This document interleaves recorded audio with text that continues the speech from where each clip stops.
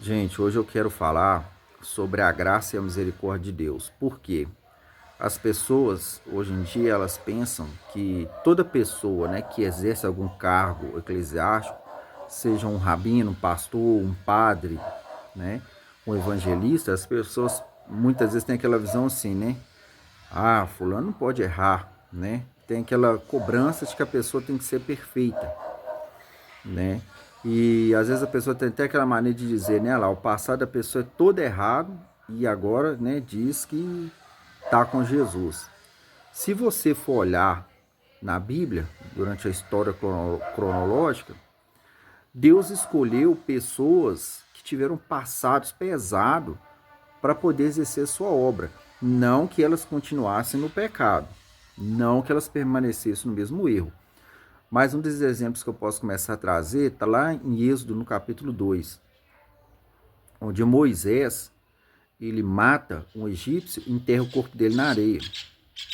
Né? Se você for olhar um pouco mais para frente, você vê que quando Deus escolhe Moisés, Deus manda Moisés libertar o povo de Israel, usa Moisés para escrever os 5 primeiros livros da Bíblia, que é o conhecido como Pentateuco, do que a tradição, né, judaica, muitos de nós até hoje seguem vários desses mandamentos, até os dias de hoje, né? Tudo que Deus entregou para Moisés. E ainda lá no,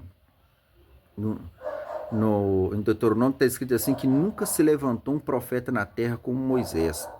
É um homem falado até hoje mundialmente, como um homem que fez grandes feitos em nome do Eterno. E ele matou uma pessoa, ele era assassino, e não continuou no mesmo erro. Mas Deus o escolheu por causa do coração.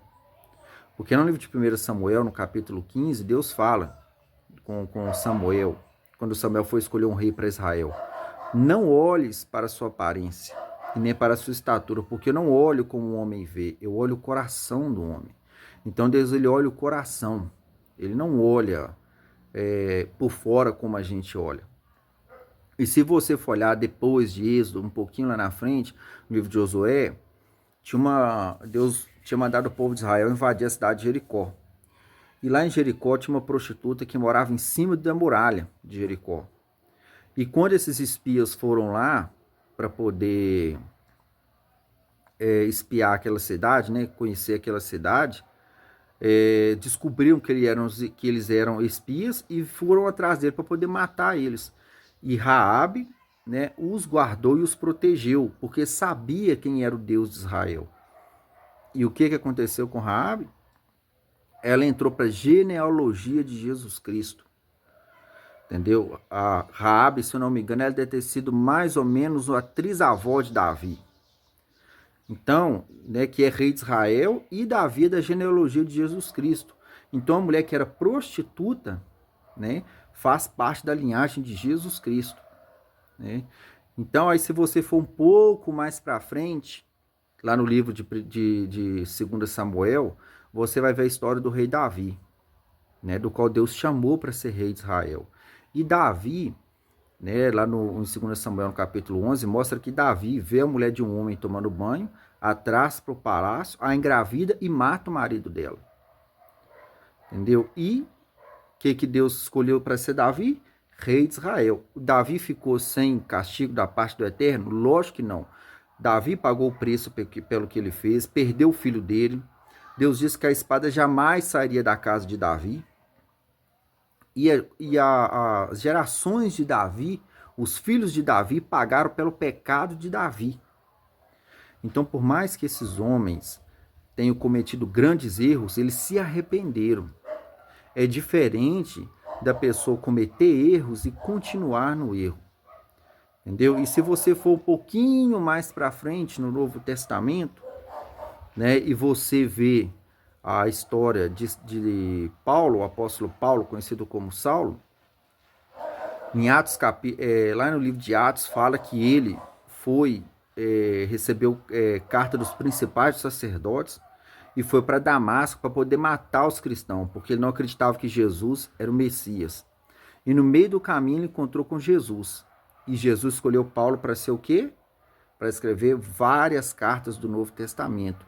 E o próprio apóstolo Paulo admitiu nas cartas dele que ele consentiu em morte de muitos cristãos, que ele batia neles e obrigava eles a blasfemar contra Deus.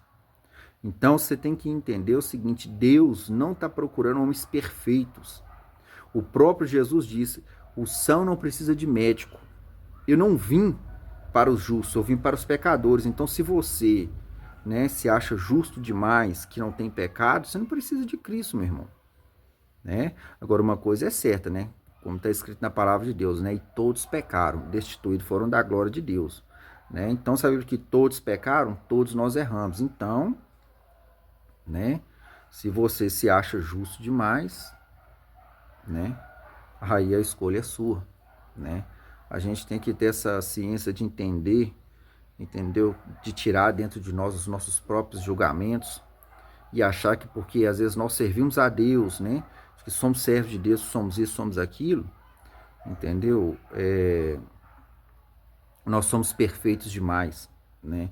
E não somos nada, irmão.